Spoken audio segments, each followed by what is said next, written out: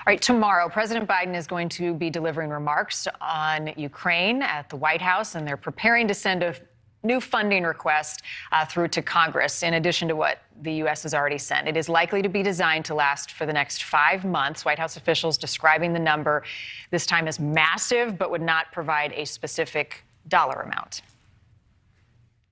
I don't have a number for you at this point in time, but there is plans for this to be a proposal to go through the fiscal year, and it will include, as our past packages have included, security or military assistance, humanitarian economic assistance.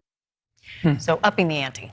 Yeah, for sure. And she makes a great point in that when you start going out 6 months or whatever, President Zelensky's asking for $7 billion a month. So that's 7 times what he's been getting in $800 million, 8 times $800 million increments, $7 billion a month simply in economic assistance, the military assistance on top of that. That's what's coming out of the White House. What's coming out of the Kremlin is a veiled threat from Vladimir Putin to the West tonight as Russian forces feel the bite of the American-supplied weapons to Ukraine. Putin tonight vowed, in his words, a lightning-fast response to outside interference and strategic threats to Russia, saying they have all of the tools for it. He does say this. I think we have a soundbite. No, we do not have it, but he did say it. All right, remember just last week, Putin tested his Satan II ICBM. Joining us now, former Congressman, FBI Special Agent Mike Rogers. All right, Congressman, good to see you. Do you get the feeling that the White House is taking the threat seriously enough and responding to it in a language that Putin understands?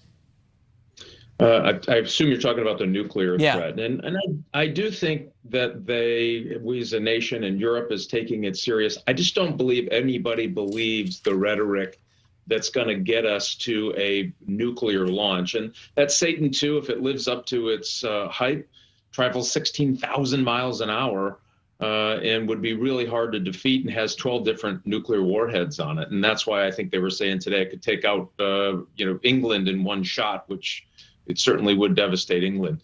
And so I think there's this whole series of options that they have. I think this was more rhetoric saying, we're going to start pushing back. Think about it. 2/3 of the Russian land forces are deployed in Ukraine, 2/3.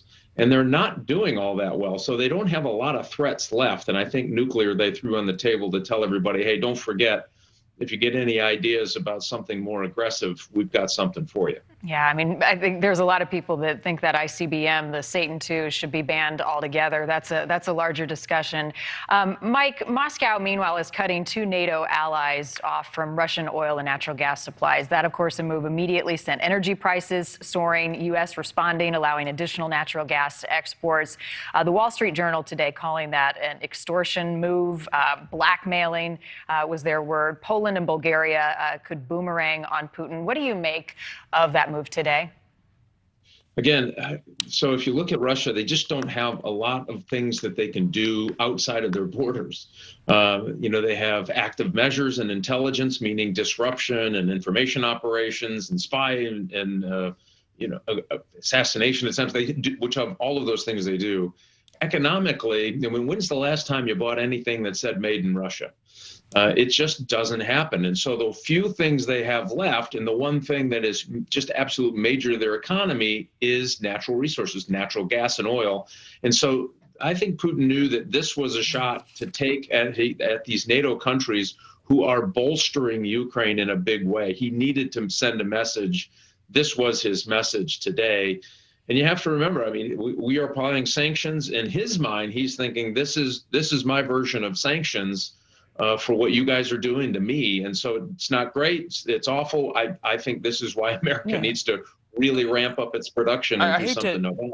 I hate to come back at you with this, but there's a lot of stuff that is made in Russia that's not stamped made in Russia, right? You've got gas. The United States is still buying a huge amount of metals from Russia, as is the Europeans, thinking about titanium for every airplane that's made and the like. It gives Vladimir Putin billions upon billions of dollars of hard currency. He's likely to actually get more money from energy this year than last because of the increase in prices. And I'm wondering, you make the point that he's being backed into a corner, essentially, because he keeps losing in Ukraine, hence the threats. Here's Kelly Meyer today at the Pentagon.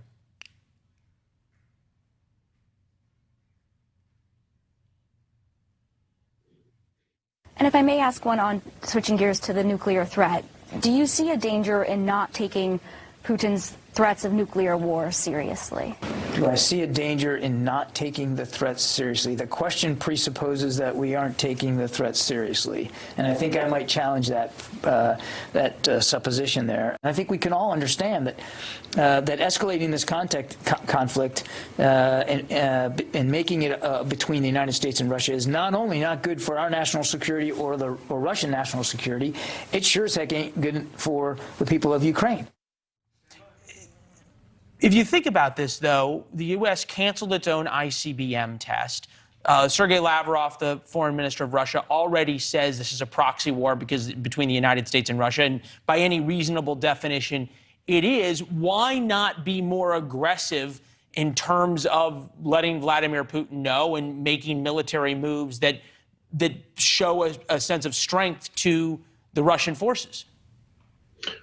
Well, boy, we could spend an hour talking about the modernization of American nuclear forces. I only got 30 seconds, but they're all yours. Yeah, well, thanks. But here's the thing. So we've been in a proxy war with the Russian and Soviets, now Russians.